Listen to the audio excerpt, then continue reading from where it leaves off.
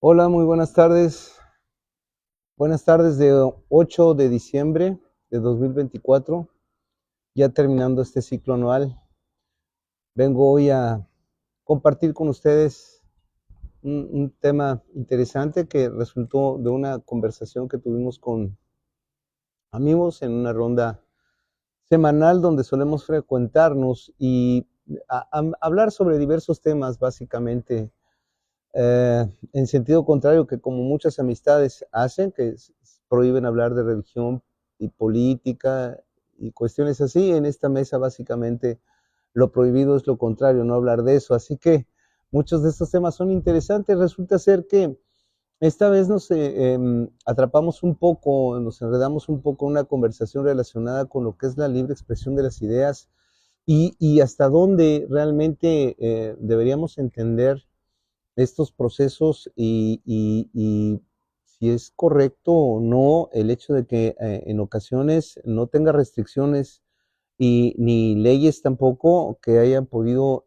establecer de un modo o de otro algunas limitaciones a los abusos que solemos ver en general en la sociedad, fundamentalmente o principalmente en los medios masivos de comunicación y particularmente en los oficiales. Pero para poder comprender esto, después de la conversación, yo pensé que valía la pena hacer un análisis un poquito más profundo acerca de esto. En sí, la comunicación y este derecho humano que tenemos a poder transmitir nuestras ideas, porque esta es la forma de trascender un pensamiento. Básicamente el ser humano tiene la capacidad de razonar y ese procesamiento de la razón tiene que ser transmitido y esa transmisión se hace a través primero de una interpretación de esas percepciones que uno tiene del mundo fáctico y a partir de esa interpretación una comunicación acerca de ellos que trasciende nuestro propio ser. Por eso es la comunicación es trascendente y esa comunicación tiene algunas cuestiones que hemos podido focalizar muy bien a través de la doctrina y la ley y las hemos conceptualizado, por ejemplo, como la libre manifestación de ideas o la libertad de acceso a la información o la libertad de difusión de información e ideas. Estas tres libertades, aunque son parecidas, son distintas. Una cosa es tener libertad de expresión de ideas, otra cosa es tener un derecho a ser correctamente informado acerca de los acontecimientos que suceden en nuestro entorno, y otra cuestión es la libertad que tenemos de difundir esas ideas o pensamientos que tenemos y en qué medida deberíamos poderlo hacer. Nuestra constitución en general lo único que hace es comprenderlas dentro de la legislación como derechos tutelados por la constitución para todos los ciudadanos. Significa que son derechos humanos que están debidamente protegidos desde el punto de vista de nuestra constitución, y en nuestra constitución expresa básicamente que la manifestación de las ideas no puede ser objeto de ninguna inquisición judicial, o sea, de ninguna persecución o administrativa, ¿no? O sea, por órganos de gobierno, sino a menos que pues haya ataques a la moral o la vida privada o los derechos de terceros o provoquen algún delito, perturben el orden público, ¿verdad? Entonces, básicamente, salvo esas cuestiones, podemos decir prácticamente lo que sea. Y también dice la Constitución que todos nosotros tenemos el libre acceso a la información plural y oportuna. O sea, esta es la otra parte, la libertad de informar, de ser informados de manera plural y oportuna, y difundir y buscar información e ideas de toda índole por cualquier medio de expresión. Incluso ya últimamente se le hizo una inclusión a la Constitución para poder comprender todos los aspectos tecnológicos novedosos que han venido a invadir todo este fenómeno de la comunicación en los hombres que nos ha tocado vivir esta época de la evolución humana, como la banda ancha, el internet, etcétera. Luego tendríamos que un primer análisis, un primer enfoque respecto de estas libertades, la libertad de expresión de ideas, la libertad de manifestación, la libertad de difusión y, y la libertad de información, deberían desde mi punto de vista, estar regulados, aunque siempre los medios masivos de comunicación, cada vez que se les ha propuesto algún tipo de regulación para poder proteger también algunos derechos individuales de los gobernados, que estamos sujetos a lo que ellos quieren decir cuando lo quieren decir y nos dejan prácticamente en estado de indefensión. Cada vez que ha querido ser regulado este aspecto, ha habido grandes protestas por parte de ellos en el sentido de tratar de mantener esa impunidad fundamentalmente en ese abuso, ¿no? Más bien es un libertinaje de la libertad de expresión en donde cualquiera puede decir lo primero que se le ocurra sin tener a veces ni siquiera elementos de juicio para poderlo decir. Y este es un aspecto muy importante. Yo creo que debería distinguirse, por ejemplo, en el tema de los servidores públicos, que son básicamente la comidilla de los medios masivos de comunicación, porque es su fuente de ingresos. Básicamente, tendría que haber una distinción entre lo que es el ámbito privado de los servidores públicos y el ámbito público, porque en realidad debería precisarse cuáles son los límites de la capacidad de invadir esa privacidad por parte de los medios masivos de comunicación y también de nosotros mismos en el ejercicio de nuestra libertad de manifestación de ideas o de expresión y en el ejercicio de nuestra libertad de difusión, para invadir la privacidad de estos personajes y meternos en diferentes aspectos de su vida que en realidad no tienen nada que ver con el servicio público. Por ejemplo, mientras un servidor público no fuera sujeto de una investigación formal por parte de autoridades ministeriales, digamos por su capital patrimonial o por su haber patrimonial, esta información debería ser privada. No tendría por qué ser objeto de solicitud de información respecto del patrimonio de nadie, porque el hecho de que una persona esté prestando su servicio público en el gobierno no significa que y tenga un cierto patrimonio o un capital que pudo haber sido heredado o pudo haber hecho él mismo con su propio esfuerzo ese patrimonio, no tendría por qué ser cuestionable. Es decir, el hecho de que un servidor público tenga cierta capacidad patrimonial no significa que por ello tenga que ser sospechosa, ¿no? O que ese haber patrimonial que ha logrado quizás con su trabajo tenga que ser necesariamente objeto de sospechas o de especulaciones respecto de su fuente, ¿no? Como si todo el mundo que tuviera acceso a determinado haber patrimonial fuera sospechoso de haber hecho negocios ilícitos o de haber tenido contubernios con ciertos grupos de gobierno para tener lo que tiene, ¿no? Como si nadie pudiera por méritos propios lograr hacer un patrimonio estable para su familia y por sus hijos. Entonces no veo por qué tenga que ser motivo de inquisición de los medios masivos de comunicación o de nosotros mismos a través del exceso en la libertad de expresión para estar juzgando y sometiendo a juicio público a personas que por alguna razón tienen cierto haber patrimonial o cierto capital, y a partir de ahí, por el hecho de que de pronto incurran en el servicio público, sean cuestionables o sean sospechosos. Cualquier conflicto, por ejemplo, familiar, que viven estos servidores públicos dentro de su casa, de su propia casa, con su familia, se vuelve prácticamente, no sé, una cena de negros. Y es porque básicamente cualquiera se siente con el derecho de expresar lo que primero se le ocurre respecto de conflictos de los cuales ni siquiera tiene conocimiento adecuado. Es bastante difícil opinar respecto, ya de por sí, respecto de cuestiones que uno conoce y que giran en torno a la familia. Ahora imagínense que otra persona que ve de fuera cosas de las que no conoce detalles, de pronto se siente con la libertad de poder expresar y manifestar o imputar o hacer acusaciones o imputaciones a estos personajes porque tuvieron la mala fortuna de tener una discusión o un desencuentro que probablemente ellos pudieran solucionar, pero que de todas maneras ellos ya, por ser servidores públicos, están sujetos a la lupa de la sociedad y son inquiridos y son perseguidos y son enjuiciados socialmente por conflictos que son de naturaleza privada. Las relaciones o preferencias personales, los amigos, parejas, preferencias sexuales, religiosas, estilo de vida, elección, adquisición o venta de bienes utilitarios, su propio esparcimiento, si se conducen en un auto, se conducen en otro, o vuelan en un avión, o vuelan en otro, porque van de un lugar a otro, en momentos en los que no están en el servicio público, o no están disponiendo de recursos del servicio público, ¿por qué tiene que ser parte de los juicios de la sociedad? O sea, es una hipocresía pretender que una persona que ha logrado tener cierta solvencia patrimonial no pueda elegir el auto que quiera manejar, si tiene las posibilidades de dárselo, y si no, pues no, mientras no sea patrimonio público. Ahora, si hubiera dudas sobre eso, estoy completamente de acuerdo en que la sociedad y los medios tenemos derecho a estar informados y también a expresar con pruebas o con elementos las dudas que tenemos para que sea sujeto de investigación y en ese momento ya se hará una investigación formal, pero mientras no haya una investigación formal sobre el haber patrimonial de un servidor público, no veo por qué tenga que ser necesariamente ver como un sujeto sospechoso. Digamos que en general estas serían las limitaciones al derecho de información personal de los servidores públicos que nosotros tendríamos que respetar.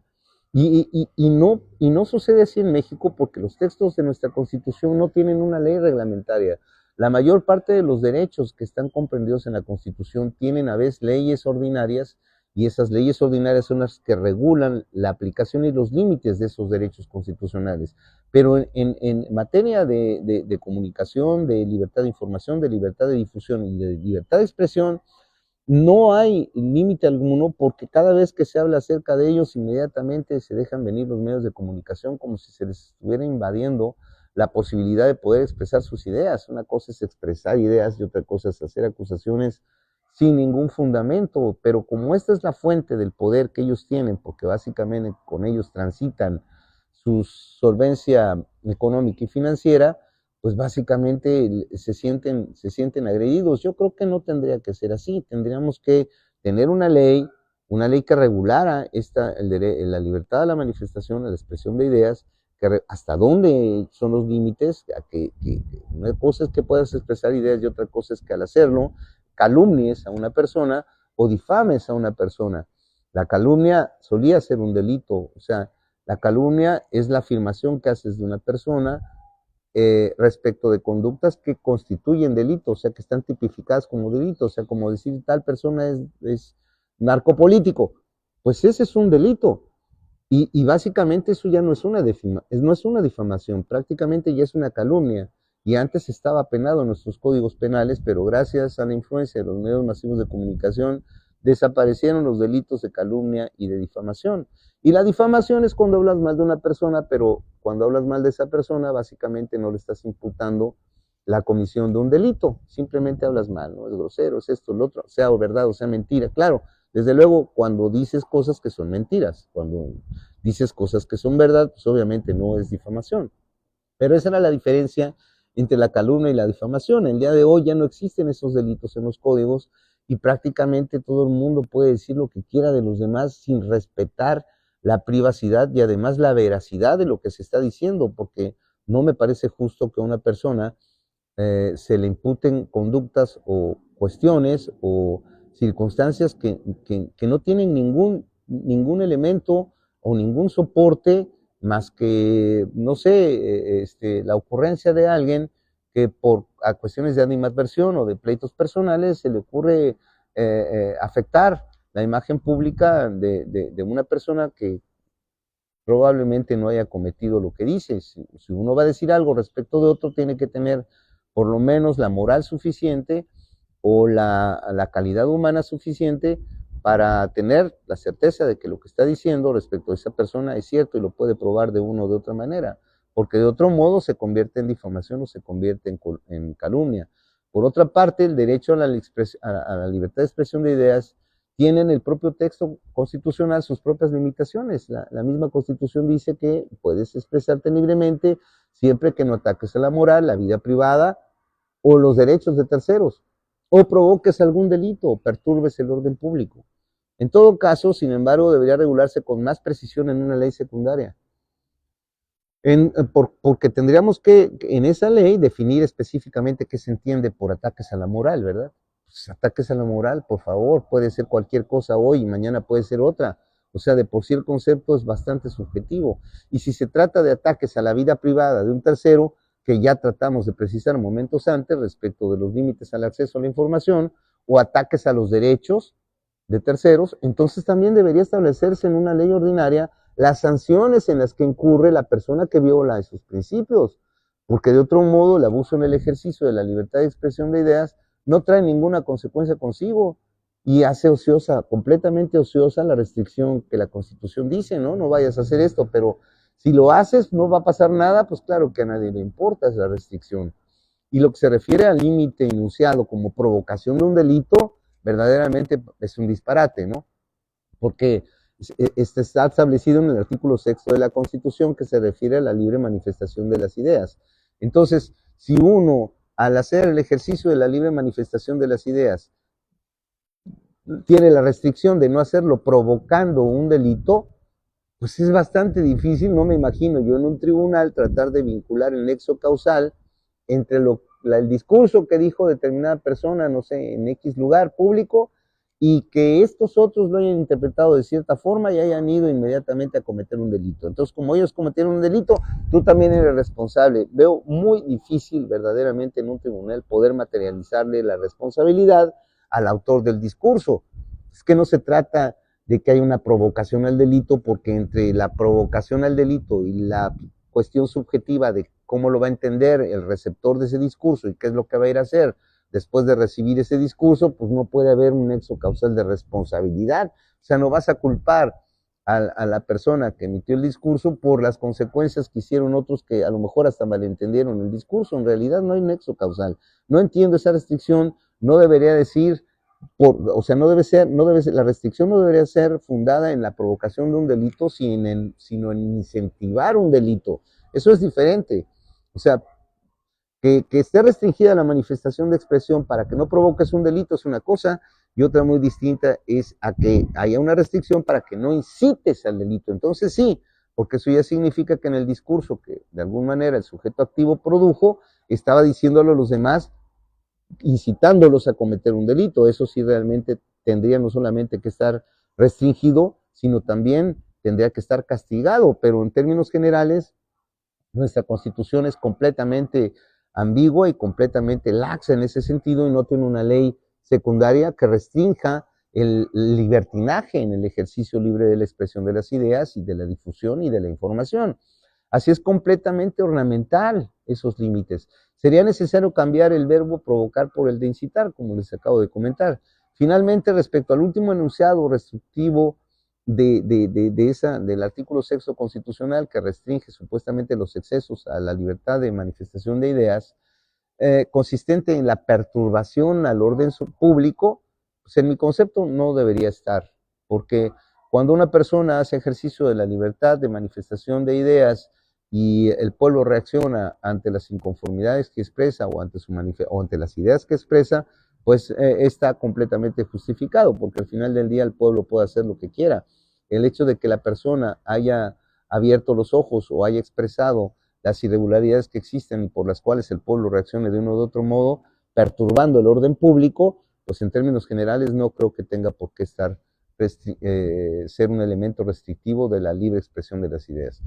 Ahora, si el manifestante de las ideas incita al desorden público, es distinto. Vuelvo a repetir, una cosa es decir, vamos a agarrar palos y piedras y vamos a, no sé, tomar un palacio municipal, esa es la incitación a un delito, y otra muy distinta es decir que hay una serie de irregularidades en determinado lugar y que son insostenibles y que debemos hacer algo, ¿verdad? Pero eso no significa que estés incitando a tomar las armas. Lo que va a hacer el pueblo, pues ya va a depender de la decisión del pueblo, que al final del día es el soberano, y por lo tanto, para eso sirve la libre manifestación de las ideas. Pero una cosa es hacer la expresión de las ideas libremente y otra muy distinta es incitar a un delito.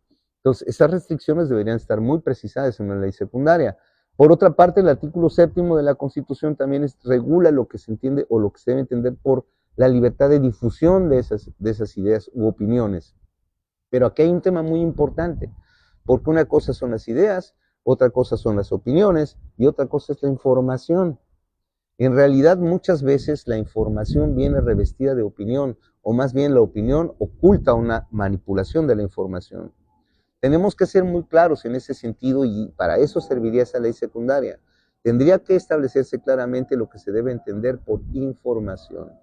Información es la notificación o el derecho que tiene todo gobernado o todo, en general, todo ser humano en el mundo a estar debidamente notificado de los acontecimientos que suceden en el mundo o en el lugar donde él vive. Y eso implica exclusivamente saber el día, la hora y el suceso que aconteció y dónde aconteció, dónde, cómo, cuándo y quién. Pero sin ningún calificativo y sin una opinión de por medio. El gran problema que existe aquí es que muchas veces no se informa, sino que se distorsiona la información, se manipula la información, se dicen verdades a medias, y la información es un derecho sagrado de todo pueblo. Todo pueblo tiene el derecho a estar informado y estar informado con datos veraces. La información siempre tiene que ser veraz, siempre tiene que ser verdad.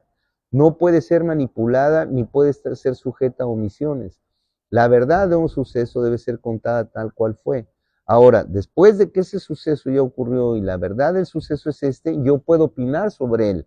Muy bien, yo proceso esta información conforme a mi propia situación, a mi propia formación académica, moral, religiosa, etcétera, y en función de ello le doy una interpretación a ese fenómeno y ya puedo emitir una opinión acerca de él. Lo que yo hago, por ejemplo, con ustedes es emitirles opiniones.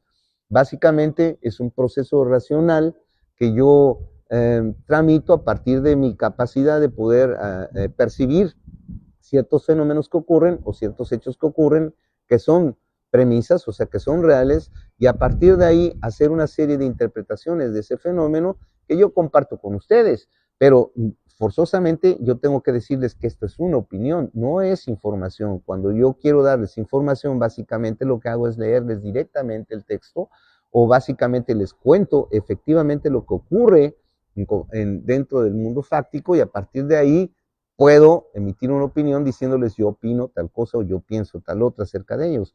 Así tendríamos que precisar que una opinión solo es la percepción de un sujeto respecto de acontecimientos que conforme a su propia formación académica, social, familiar, política, religiosa, moral o qué sé yo, le llevan a interpretarlos y calificarlos de cierta manera.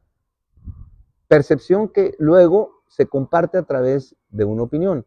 En ese sentido, entonces, cada elemento difundido debería iniciar, o sea, el derecho a la difusión debe también ser protegido para que cada cosa que vayas a difundir, la señales diciendo si se trata de una opinión o se trata de información, porque así el receptor, el pueblo, que es el que básicamente es el titular del derecho a la información, sepa que lo que está recibiendo es una percepción procesada de parte del sujeto que le esté emitiendo, del emisor, o sepa si es una información, o sea, un hecho real, ¿verdad? Y esto le va a permitir diferenciar, porque muchas de las informaciones son encubiertas en opiniones en donde ya se manipula dicha información, se modifican los hechos o se manipula la opinión pública con el objeto de obtener ciertos fines.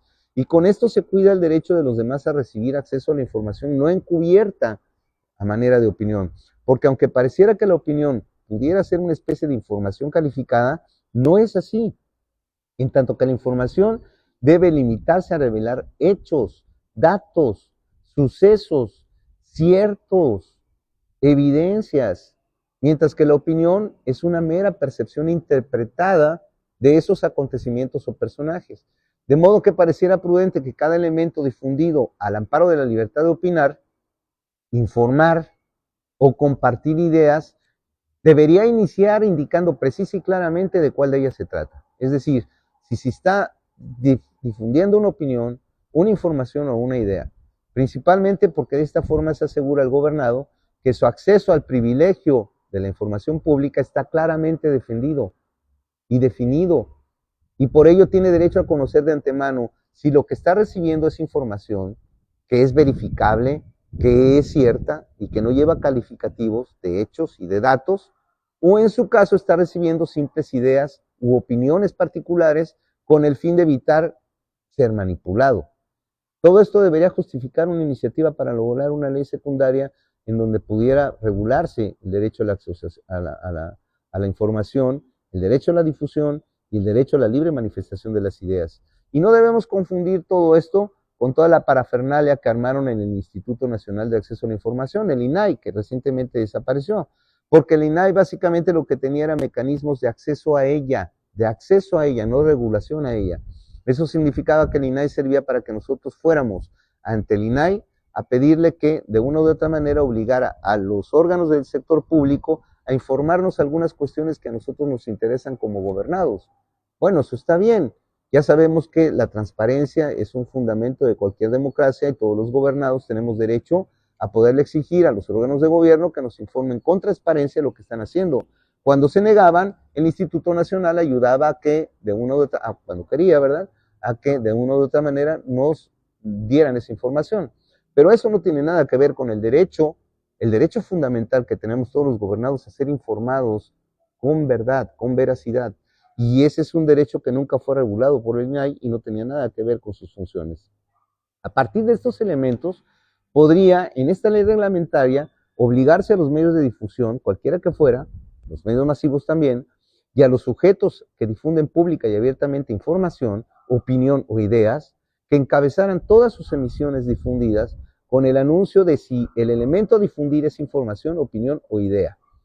De modo que se ciña a cumplir con las características de cada una, para que en caso de encubrir una opinión dentro de información, fuera sancionado, prohibiéndoles que cualquier elemento difundido como información pueda incluir opinión alguna o calificativos, obligándolos a difundir como información solo lo que es cierto, verificable y probable, porque de otra manera es muy fácil atacar a cualquier persona inventándose circunstancias que en realidad no existen y dejar en estado de indefensión al sujeto que es propuesto a juicio público, que es sometido a juicio público. ¿Cómo vamos a obligar a probar algo que no existe? Si una persona viene y levanta un falso y ese falso se puede convertir en una, repetimos, en una difamación o en una calumnia, pues el sujeto que ha sido agredido, pues realmente cómo va a demostrar algo que no sucedió, cómo va a demostrar algo negativo, o sea, algo que no ocurre no se puede demostrar. Entonces, básicamente lo colocan en un estado de indefensión y además de un juicio público, porque en términos generales las opiniones que no tienen sustento informativo, sino que son opiniones y son pronunciadas respecto de cierto sujeto, en particular, sobre todo si es un enemigo político, pueden ser tan infundadas, tan ridículas, pero de todas maneras la gente obtiene una percepción de esas circunstancias en función de que el media, o sea, el emisor, la persona emisora, tiene cierta veracidad o cierta apariencia que hace que las personas prácticamente confíen en él y de pronto piensan que lo que dice es verdad, pero no es cierto. Muchas de esas cuestiones no son información, son opinión. Y ese es el problema, que al ellos dar una opinión respecto de otra persona, están dando por cierto hechos que no pueden verificar. Luego se escudan, como muchos de los periodistas, sobre la cuestión de sus fuentes. Entonces de pronto vienen y supuestamente nos dan noticias, que la noticia es una especie de género que es la información, vienen y nos dan supuestamente noticias que ellos conocen a partir de sus fuentes y como tienen el principio ético de no revelar sus fuentes, se les hace muy fácil decir que una fuente les dijo tal o cual cosa. Yo estoy cierto y además estoy consciente de que es correcto y ético que los periodistas no revelen su fuente, porque entonces nadie se atrevería a darles información clasificada o importante que fuera de trascendencia para la opinión pública y para nosotros como gobernados. No nos enteraríamos de nada. Entonces está bien que ellos protejan a sus fuentes. Lo que no está bien es que ellos, en un ejercicio no ético de su profesión, no verifiquen la información que les dan sus fuentes. Ellos tienen la obligación de verificar la certeza de lo que les está diciendo su fuente. Una cosa es que una fuente les diga una cosa y ellos en automático la transmitan como si fuera verdad, lo cual es una gran irresponsabilidad y además debería ser incluso probablemente una falta sancionable. Y otra muy distinta es que ellos, al recibir la información de su fuente, se dieran a la tarea de verificar si efectivamente lo que su fuente les dijo es cierto o es mentira. Porque eso de venir, traer y llevar cuestiones que no pueden ser probadas es bastante delicado y eso afecta muchísimo la vida de las personas. No es justo que una persona sea juzgada en los medios masivos de comunicación y en la sociedad como un ser indeseado o que las conductas que despliega son incorrectas cuando en realidad no hay nada que sostenga que ciertamente las hizo, sino que una fuente le dijo a un periodista que había pasado tal cosa y el periodista viene y dice, mi fuente dice tal cosa y nosotros al leerlo no entendamos si es una opinión o una información. Una noticia que proviene de una fuente y que no está verificada no puede ser noticia. Las noticias tienen que ser necesariamente, igual que la información, completamente verificables. Si un periodista, abusando de su calidad de periodista, señala una fuente para indicar que una persona pudo haber cometido un delito o una conducta inadecuada, tendría la obligación forzosamente de probarlo. Yo soy partidario de que tengamos una libre manifestación de las ideas, tengamos libertad para difundir esas ideas y tengamos derecho a la información, pero pienso que tiene que ser prontamente regulada. Muchas gracias, buenas tardes, gusto en saludarte, hasta la próxima, recuerda, sígueme, mis redes, Clemente Pérez Jorge Alfredo, YouTube, Facebook.